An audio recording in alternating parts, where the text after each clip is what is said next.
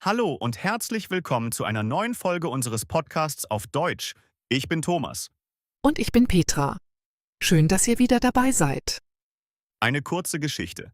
Ein amerikanischer Tourist kommt nach Deutschland. Er geht in ein Restaurant, isst gut, ist zufrieden. Die Rechnung kommt. 20 Euro. Er legt 25 hin und wartet auf sein Lächeln, sein Dankeschön. Der Kellner sagt, 5 Euro Wechselgeld. Der Tourist, nein, nein, das ist für Sie. Der Kellner, danke, und geht. Kein Strahlen, kein überschwängliches Dankeschön. Einfach Danke. Das irritiert viele Ausländer. Heute sprechen wir über das Thema, das damit zusammenhängt. Warum sind Deutsche so sparsam? Und warum empfinden sie das gar nicht als Problem? Plus 20 Vokabeln auf C1-Niveau. Los geht's. Thomas, bist du sparsam? Ich bin bewusst mit Geld. Ich gebe gerne Geld aus, aber nur für Dinge, die mir wirklich etwas bedeuten. Für Qualität, für Erlebnisse. Nicht für Statussymbole oder für die Außenwirkung. Das ist eine sehr deutsche Antwort. Man sagt nicht, ich bin sparsam, das klingt nach Geiz. Man sagt, ich bin bewusst mit Geld. Aber de facto ist das Ergebnis ähnlich. Schauen wir uns Zahlen an. Deutschland hat eine der höchsten Sparquoten in Europa. Im Durchschnitt sparen private Haushalte über 10% ihres Einkommens. Das ist deutlich mehr als in den USA, Großbritannien oder Frankreich. Gleichzeitig haben Deutsche vergleichsweise wenig privates Vermögen, paradoxerweise. Warum? Weil sie sparen. Aber falsch. Sparbuch, Girokonto, Lebensversicherung. Nicht Aktien, nicht Investitionen, nicht Immobilien, zumindest nicht im gleichen Maß wie andere Länder. Das haben wir in der Finanzfolge ausführlich besprochen. Die hohe Sparquote kombiniert mit niedriger Investitionsbereitschaft ist ein klassisches deutsches Paradox. Aber zurück zur Sparsamkeit im Alltag. Deutsche suchen Schnäppchen. Sie vergleichen Preise. Sie kaufen Eigenmarken statt Markenprodukten. Sie reparieren lieber, als neu zu kaufen. Und Trinkgeld, ein kulturell heikles Thema, geben sie in einem Maß, das Amerikaner erschaudern lässt. In den USA ist ein Trinkgeld von 15 bis 20% Pflicht. Wer das nicht gibt, ist unhöflich. In Deutschland ist Trinkgeld freiwillig und oft bescheiden.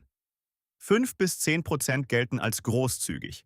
Manchmal auch, stimmt so, meaning, der Rest ist für dich.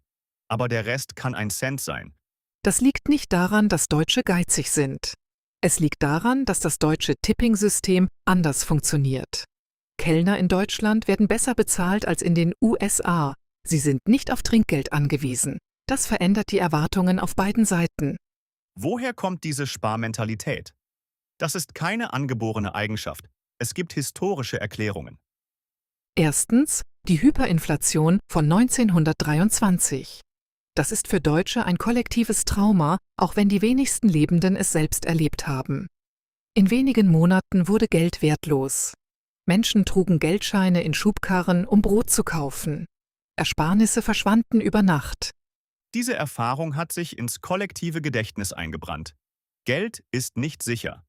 Was heute viel wert ist, kann morgen nichts wert sein. Also spar lieber und halt das Geld fest. Zweitens, die Nachkriegszeit. Nach dem Zweiten Weltkrieg gab es in Deutschland wenig. Man behalf sich mit dem Nötigsten. Man reparierte, was kaputt war. Man kaufte keine Dinge zum Wegwerfen. Diese Mentalität der Nachkriegsgeneration hat sich in Familien weitergegeben. Drittens, der protestantische Einfluss. Wir kennen das Muster: Sparsamkeit als Tugend, Verschwendung als Sünde. Wer Geld ausgibt, nur um anderen zu imponieren, handelt unmoralisch. Geld soll verdient, gespart und klug eingesetzt werden, nicht zur Schau gestellt. Und viertens, die Bargeldfixierung. Deutschland ist eines der letzten westlichen Industrieländer, in denen Bares immer noch König ist. Viele Restaurants, Läden und Märkte akzeptieren keine Kreditkarten. Nur Bares ist Wahres. Ein deutsches Sprichwort, das viel sagt. Die Fixierung auf Bargeld hängt auch mit Datenschutz und Kontrolle zusammen. Wer bar zahlt, hinterlässt keine Spuren. Das ist eine bewusste Entscheidung, nicht nur eine Gewohnheit. Es gibt einen feinen, aber wichtigen Unterschied zwischen Sparsamkeit und Geiz. Wo liegt die Grenze? Sparsamkeit ist klug. Man gibt weniger aus, als man einnimmt. Man kauft qualitätsbewusst. Man vermeidet unnötige Ausgaben. Das ist rational und vernünftig. Geiz hingegen ist das Unterlassen von Ausgaben, die eigentlich angemessen oder sogar moralisch geboten wären. Wer seinem Freund zum Geburtstag nichts schenkt, weil es Geld kostet, das ist Geiz. Wer sich weigert, angemessenes Trinkgeld zu geben, Geiz. Wer immer auf andere wartet, die Rechnung zu bezahlen, Geiz. In Deutschland gilt das Sprichwort Geiz ist geil. Ein berühmter Werbeslogan von Saturn aus dem Jahr 2002, der die deutsche Sparmentalität aufgriff. Die Kampagne war enorm erfolgreich und wurde gleichzeitig von vielen als kulturelles Symptom kritisiert. Weil Geiz ist geil etwas normalisierte, das eigentlich kritisch gesehen werden sollte. Wenn Geiz plötzlich cool ist, was sagt das über gesellschaftliche Werte? Andererseits, vielleicht ist die deutsche Sparsamkeit auch eine Reaktion auf eine konsumgetriebene Welt, die zum Kaufen verführt. Du brauchst das nicht. Das ist auch eine Form von Freiheit.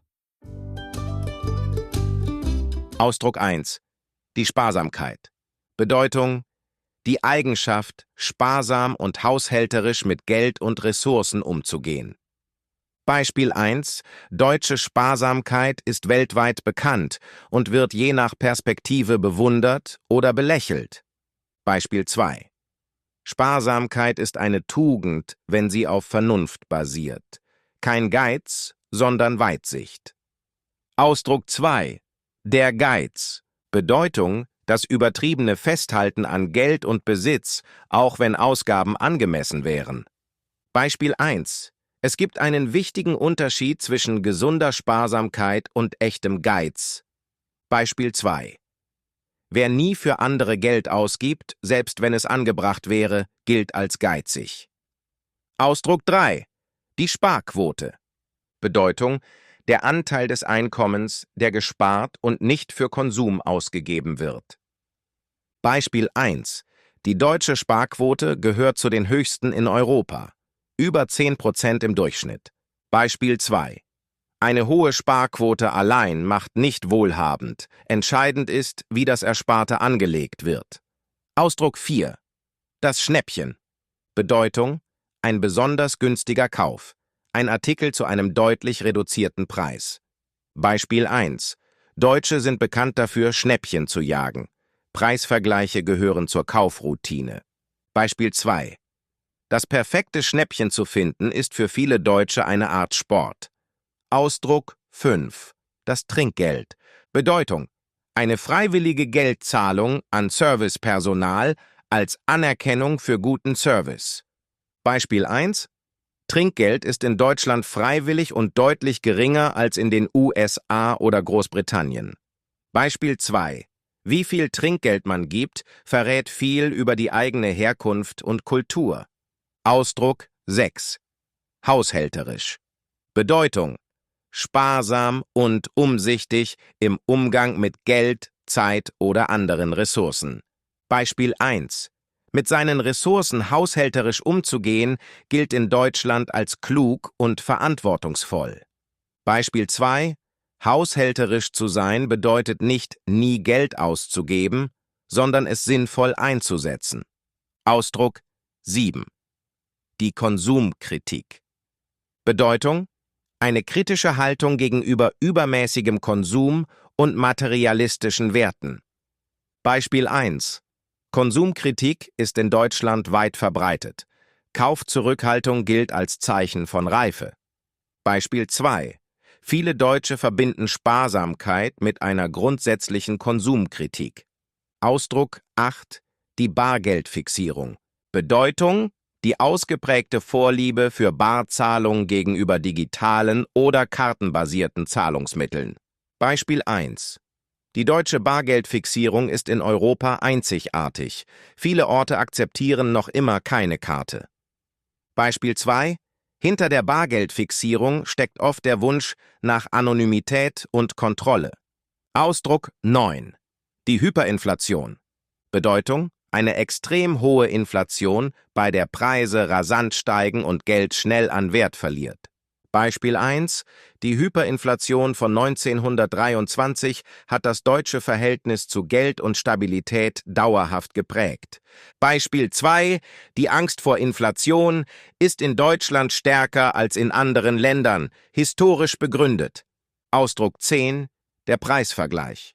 Bedeutung: Das systematische Gegenüberstellen von Preisen verschiedener Anbieter vor einem Kauf. Beispiel 1: Bevor Deutsche etwas kaufen, vergleichen sie Preise. Online, in Prospekten, in verschiedenen Läden. Beispiel 2: Preisvergleichsportale wie Check24 sind in Deutschland enorm erfolgreich. Sparsamkeit zahlt sich aus. Ausdruck 11: Die Eigenmarke. Bedeutung: Ein Produkt, das unter dem Namen eines Händlers vertrieben wird, oft günstiger als Markenprodukte. Beispiel 1: In Deutschland kaufen viele bewusst Eigenmarken statt teurer Markenartikel. Beispiel 2: Eigenmarken bei Aldi, Lidl oder Rewe sind qualitativ oft gleichwertig, aber deutlich günstiger. Ausdruck 12: Die Verschwendung. Bedeutung: Das unnötige, übermäßige Ausgeben oder Verbrauchen von Ressourcen. Beispiel 1: Verschwendung gilt in Deutschland als moralischer Fehler. Man kauft nur, was man wirklich braucht. Beispiel 2: Das Wegwerfen von noch essbaren Lebensmitteln gilt als Verschwendung und wird zunehmend kritisch gesehen. Ausdruck 13: Nachhaltig. Bedeutung: Auf lange Sicht angelegt, ressourcenschonend und verantwortungsbewusst eingesetzt. Beispiel 1: Nachhaltiger Konsum und Sparsamkeit haben in Deutschland viele Gemeinsamkeiten. Beispiel 2: Wer nachhaltig konsumiert, kauft weniger, aber Besseres und schont dabei Umwelt und Geldbeutel. Ausdruck 14: Die Reparatur. Bedeutung: Das Instandsetzen eines defekten Gegenstands, um ihn weiter nutzen zu können. Beispiel 1: Deutsche reparieren lieber als neu zu kaufen. Aus Sparsamkeit, aber auch aus Überzeugung. Beispiel 2: Reparaturcafés, in denen man gemeinsam defekte Geräte repariert, sind in Deutschland sehr beliebt. Ausdruck 15: Das Statussymbol. Bedeutung: Ein Gegenstand oder Verhalten, das den gesellschaftlichen Status und Wohlstand signalisiert. Beispiel 1: Deutsche sind im internationalen Vergleich weniger auf Statussymbole fixiert als andere Kulturen. Beispiel 2: Ein teures Auto als Statussymbol zu kaufen, gilt manchen Deutschen als Angeberei. Ausdruck 16: Die Angeberei. Bedeutung: Das prahlerische Zur-Schau-Stellen von Reichtum, Fähigkeiten oder Besitz.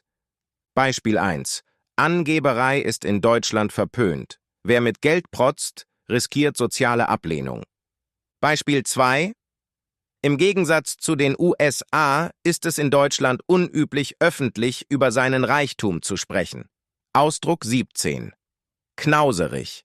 Bedeutung: Auf unangenehme Weise sparsam, ungern bereit, Geld auszugeben.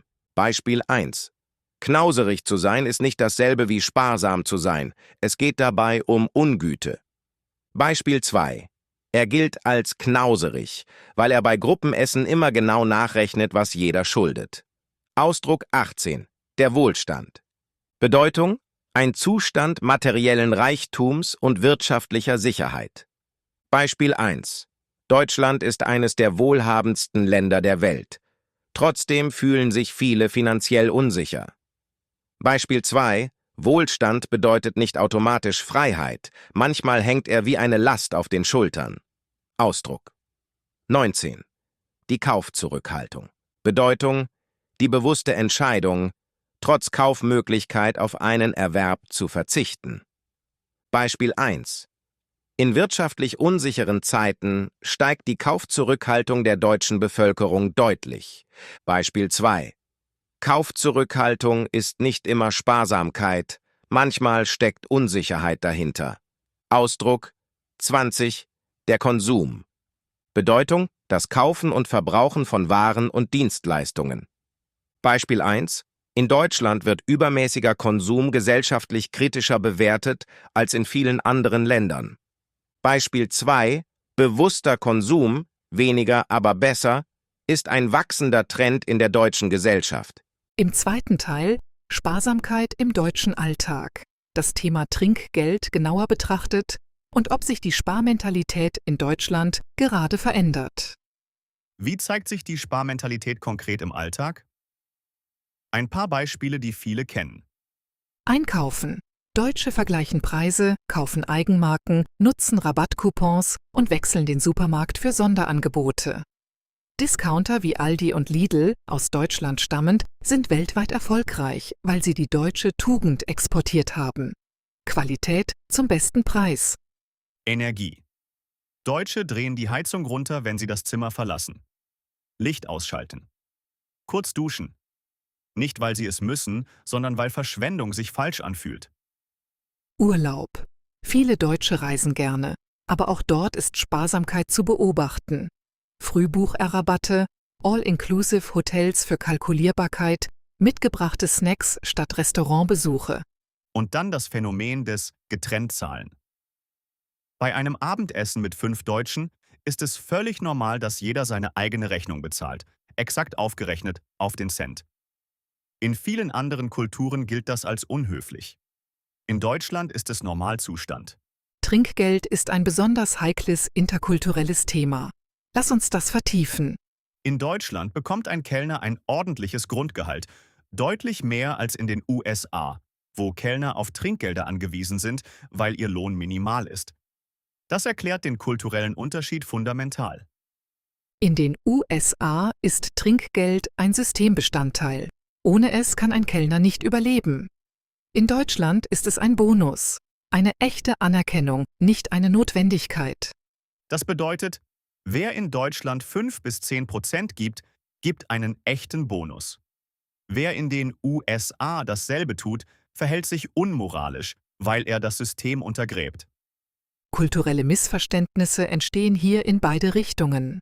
Der Deutsche in New York, der 10% gibt und denkt, er ist großzügig. Der Amerikaner in München, der 20% gibt und denkt, der Kellner muss das brauchen. Verändert sich etwas? Werden jüngere Deutsche weniger sparsam? Ja, teilweise. Die Generation Z gibt anders aus als die Boomer-Generation. Erlebnisse über Besitz. Lieber weniger besitzen, dafür Besseres erleben. Reisen, Konzerte, Restaurants. Da wird Geld ausgegeben. Aber auf einer neuen Matratze oder einem neuen Fernseher wird monatelang gespart. Und gleichzeitig wächst das Bewusstsein für nachhaltigen Konsum. Weniger kaufen, aber besser, das ist eine Schnittmenge aus Sparsamkeit und Umweltbewusstsein. Ein typisch deutsches Paket. Am Ende ist die deutsche Sparmentalität kein Makel. Sie ist eine kulturelle Prägung mit historischen Wurzeln, die in vielen Bereichen Sinn ergibt. Man kann darüber lachen, aber man kann auch davon lernen. Nicht alles kaufen, was man kaufen kann. Nicht alles konsumieren, was verfügbar ist. Das ist in einer Welt der Überflussversuchung vielleicht keine schlechte Haltung. Nur beim Trinkgeld. Da könnten wir vielleicht ein bisschen großzügiger sein. Einverstanden. Das war unsere Folge über deutsche Sparsamkeit, Geld, Geiz und die Sparmentalität. Wir haben 20 Ausdrücke auf C1-Niveau gelernt, von Sparsamkeit und Schnäppchen über Hyperinflation und Bargeldfixierung bis hin zu Angeberei und Kaufzurückhaltung. Nutzt sie aktiv. Und jetzt seid ihr dran. Wie viel Trinkgeld gebt ihr? Und findet ihr Deutsche zu sparsam oder vorbildlich? Schreibt es in die Kommentare. Wir lesen alles. Abonniert den Kanal für neue Folgen jeden zweiten Tag. Bis zur nächsten Folge. Tschüss und spart klug. Tschüss!